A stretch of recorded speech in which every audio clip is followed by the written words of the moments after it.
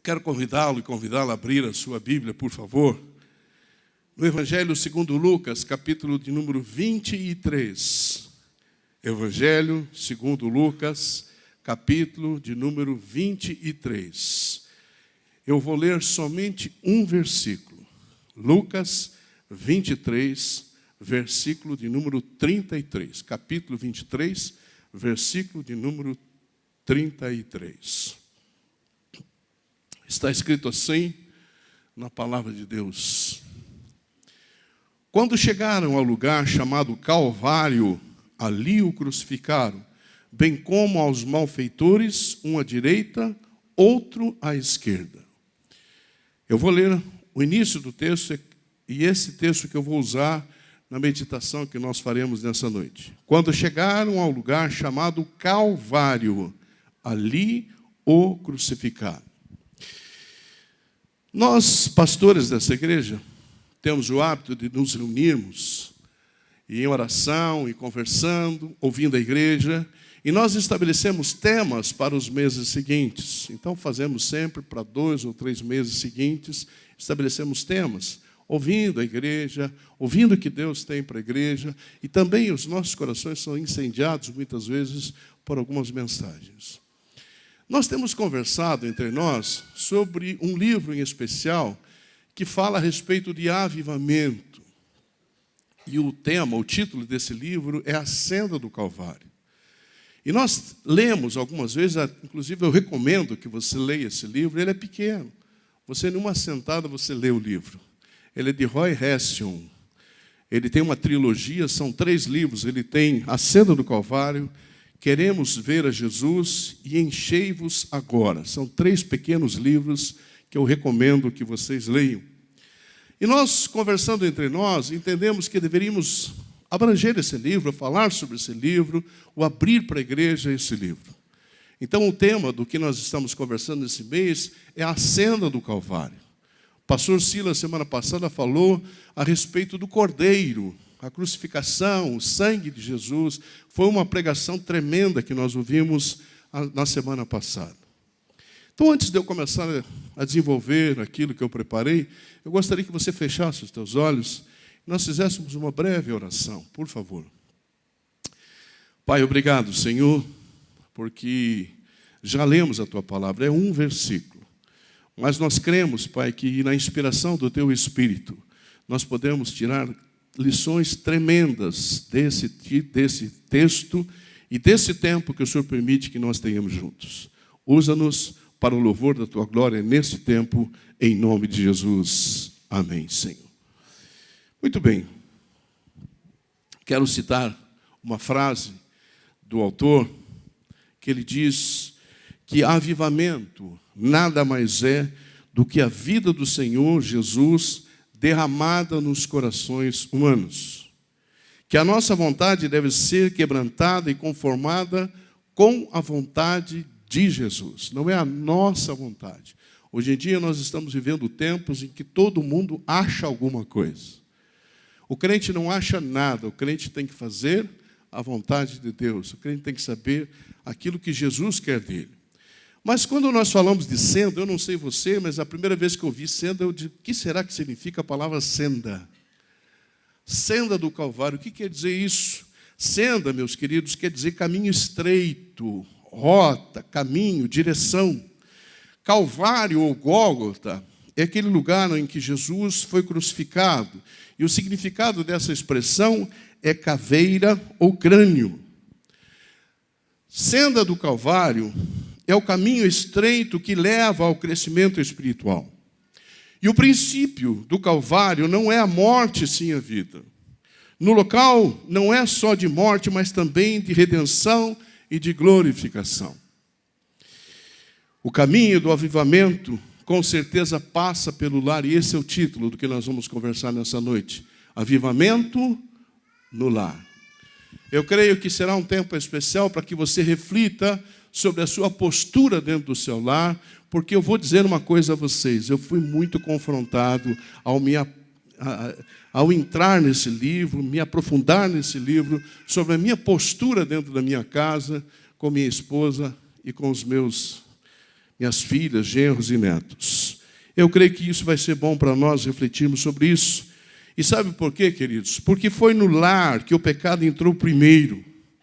Portanto, é do lar que deverá vir o avivamento. Nós falamos tanto em avivamento, mas por onde começa o avivamento? O avivamento começa em nossa casa, em nosso lar. Só haverá avivamento na igreja, no país e no mundo, se começar pelo lugar mais difícil dele acontecer. Nós, muitas vezes, queremos o avivamento como igreja, como povo de Deus. Mas, muitas vezes, esse avivamento não acontece dentro do nosso próprio lar, dentro dos nossos relacionamentos pessoais. Avivamento, queridos, é uma nova vida nos corações daqueles que estão distantes e frios diante de Deus. Não é o resultado de uma atividade ou esforço humano, mas sim uma ação de Deus em nossas vidas. É a vida de Jesus enchendo-nos e fluindo através de nós. O autor, ele defende que em nossos lares há pequenas irritações, há rixas, há egoísmo, há ressentimentos nos nossos relacionamentos, e que quando isso acontece, nós somos separados do relacionamento uns dos outros e, consequentemente, no nosso relacionamento com Deus. Quando a gente não está bem dentro do nosso lar, com o nosso cônjuge, com nossos filhos, até a comunhão com Deus se torna difícil. Por isso tem que passar pelo lar avivamento, por isso tem que passar pelo lar a morte no Calvário, a morte do nosso eu no Calvário. No lar, nós incluímos todos os relacionamentos que acontecem: marido, esposo, esposa, os pais e filhos, irmãos e irmãs, pode ser uma outra pessoa, avó, tia, outras pessoas que fazem parte do convívio familiar.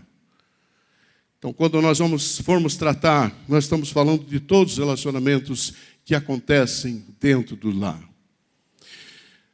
Eu quero fazer uma pergunta e vou responder através do texto que o autor nos traz. O que está errado em nossos lares? Pense comigo. O que está errado em nossos lares? O que impede que haja um profundo avivamento em nossas casas? Eu estou seguindo o roteiro do que o autor falou no seu livro, por isso você deve ler esse livro depois, que você vai ser enriquecido com certeza. Sabe o que ele diz? Que um dos erros que nós cometemos em nossa casa é que nós temos falta de transparência e franqueza. Não somos transparentes uns com os outros, não somos francos uns com os outros nos nossos relacionamentos familiares. E é no lar, queridos, que a gente experimenta esse grande problema de que nós realmente não somos abertos uns com os outros. Os outros, dentro de nosso lar, não nos conhecem como realmente nós somos, e muitas vezes não estamos interessados que os outros nos conheçam. Você vai dizer: não, eu vivo um relacionamento bom com meu cônjuge, com meus filhos, glória a Deus por isso. Mas, de uma forma geral, não é assim que acontece. É dentro do lar que nós vemos, muitas vezes, as dificuldades que as pessoas enfrentam de se relacionar. O autor usa uma expressão que eu achei interessante. Ele diz que nós vivemos sempre, quase sempre, com as persianas abaixadas. Interessante essa expressão. No relacionamento que nós temos em casa, quase sempre nós estamos com as persianas fechadas. Existe uma cortina, uma barreira entre nós. Os que vivem relacionamentos íntimos conosco não sabem o que se passa dentro de nós. Muitas vezes não sabem das nossas dificuldades, não sabem das lutas, dos fracassos, das nossas debilidades, nem aquilo, às vezes, que o Senhor está fazendo na vida de cada um de nós. Não compartilhamos, não abrimos para o outro o que muitas vezes está acontecendo em nossas vidas. Mas qual é a origem disso, queridos? A origem disso está lá no Éden. Está em Adão e Eva. Eles tinham uma comunhão íntima, genuína com o Senhor. Eles eram transparentes com Deus e eram transparentes também um com o outro. Mas o pecado, queridos, os afastou um do outro e eles começaram se escondendo de Deus atrás dos arbustos e, consequentemente, depois, um se escondendo do outro. Tendo algo para esconder de Deus, nós o escondemos também um do outro, atrás daquele muro de reserva que é formado entre nós, age como uma máscara, escondendo o nosso eu real. Muitas vezes o nosso cônjuge não sabe quem exatamente nós somos. Eu ouço às vezes as pessoas: meu Deus, pastor, eu vivi 30 anos com essa mulher e não conheço ela. Não a conheço direito. A reação do meu marido, como é que pode? Eu estou há 20 anos e ele teve uma reação que eu nunca esperava que ele tivesse. Será que de uma hora para outra ele mudou? Ou ele nunca manifestou aquilo? Às vezes, nós nos escondemos através de uma brincadeira, de uma expressão jocosa, porque muitas vezes ficamos com medo de mostrar seriedade, porque tememos que os outros se aproximem demais de nós e nos vejam como realmente nós somos. Quando nós usamos de brincadeira ou de expressões, nós muitas vezes iludimos ao outro e não permitimos que o outro se aproxime de nós.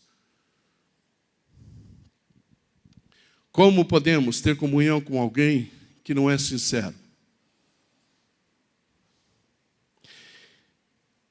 Eu te pergunto, de uma maneira muito educada, meu querido e minha querida, você é totalmente transparente com o seu cônjuge?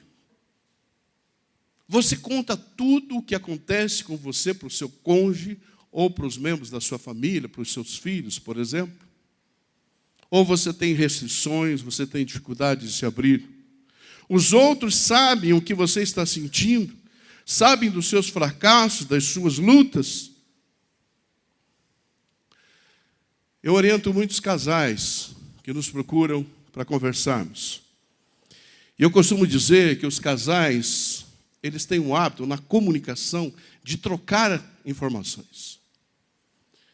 Você pega as crianças, você vai no mercado, você abastece o carro, você paga a conta, você paga a luz, você faz isso, você faz aquilo. Nós trocamos informações, mas muitas vezes nós não conversamos sobre os nossos sentimentos. Não conseguimos perguntar como é que você está, por que você está triste, por que você está angustiado, angustiada. Não conseguimos dizer que nós estamos tristes, que nós estamos angustiados.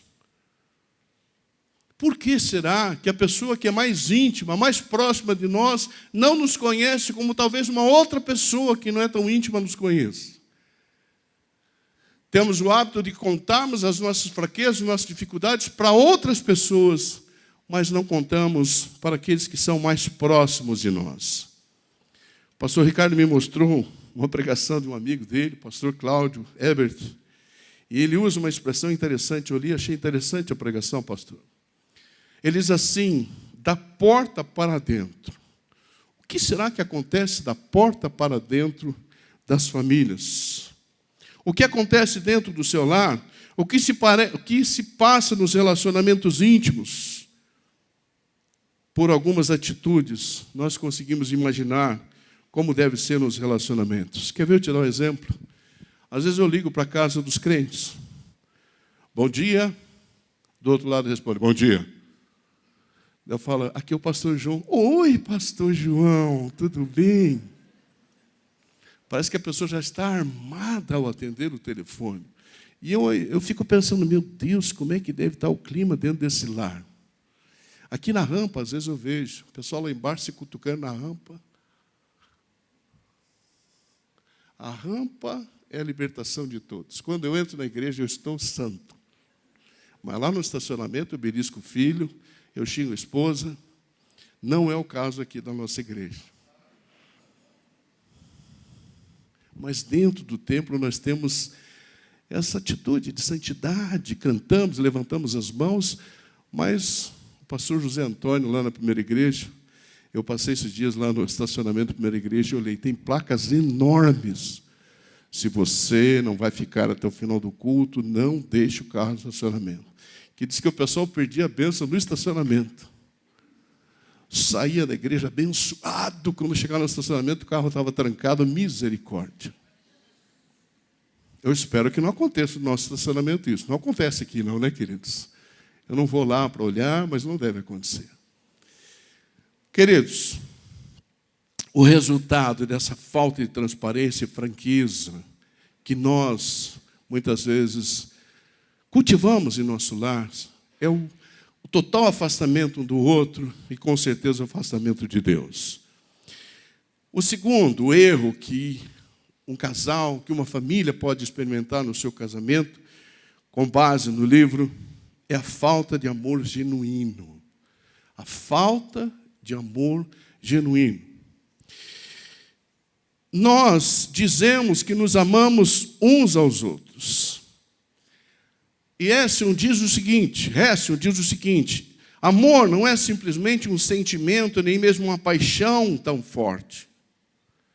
E ele olha para o texto de 1 Coríntios 13 e nos diz que o que consiste o verdadeiro amor é o que está escrito nesse texto, e se nós nos aferirmos por ele, podemos descobrir que nós amamos muito pouco ao outro.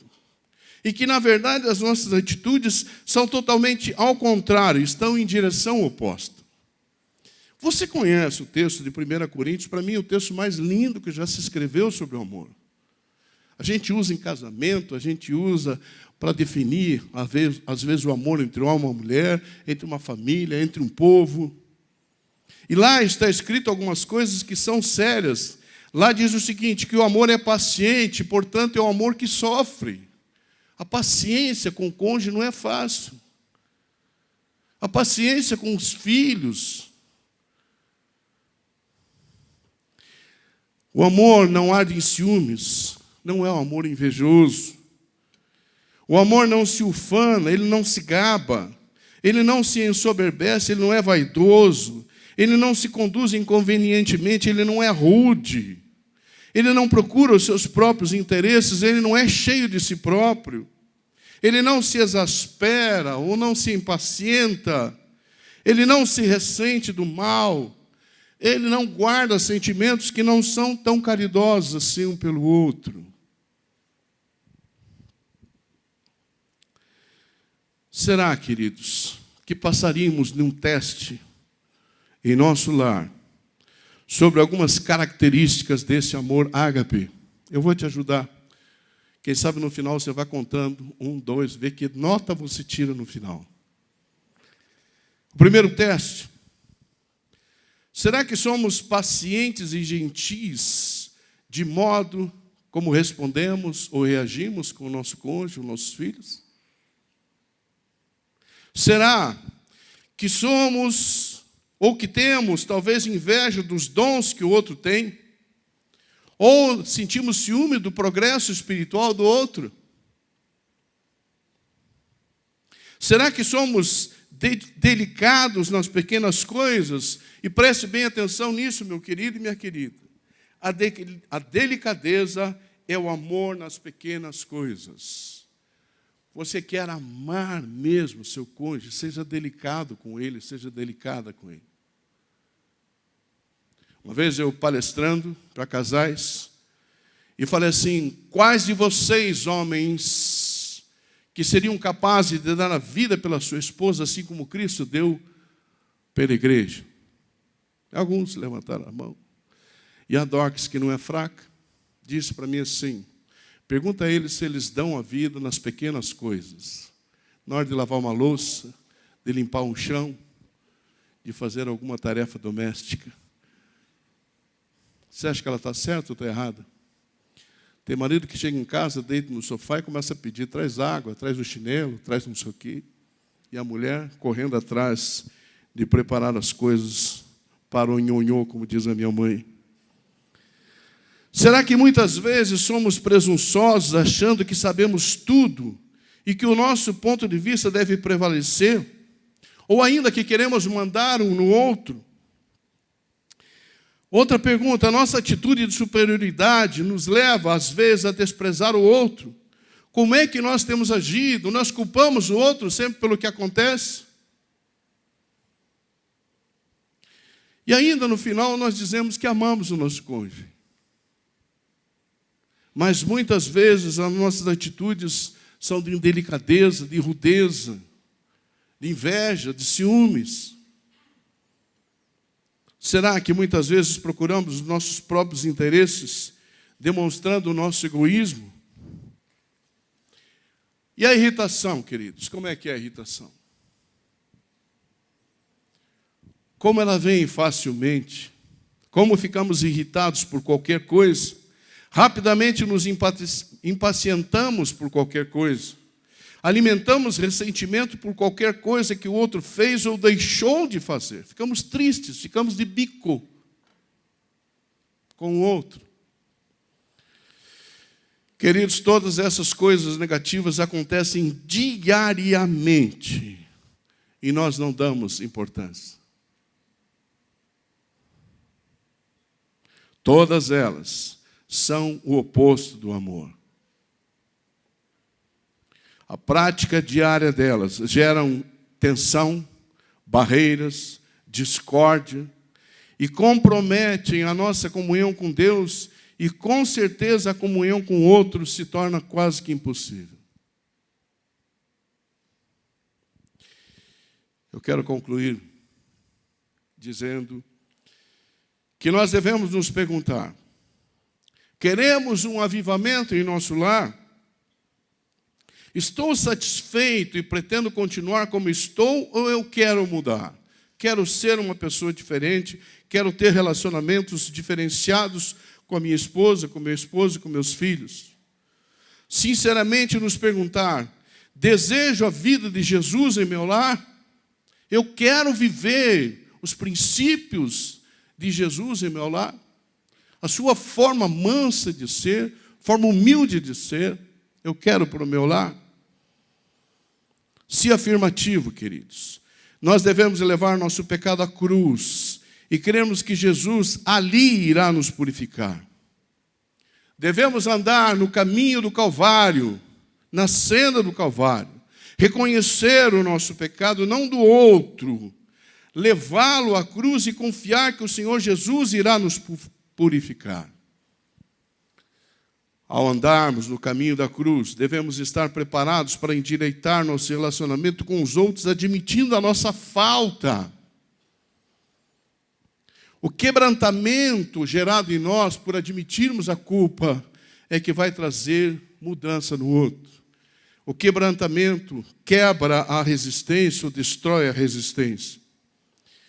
Novamente, quero usar a experiência que eu tenho com casais. As pessoas nos procuram, se sentam em nosso local, nosso gabinete, ficam um dos dois de frente para nós.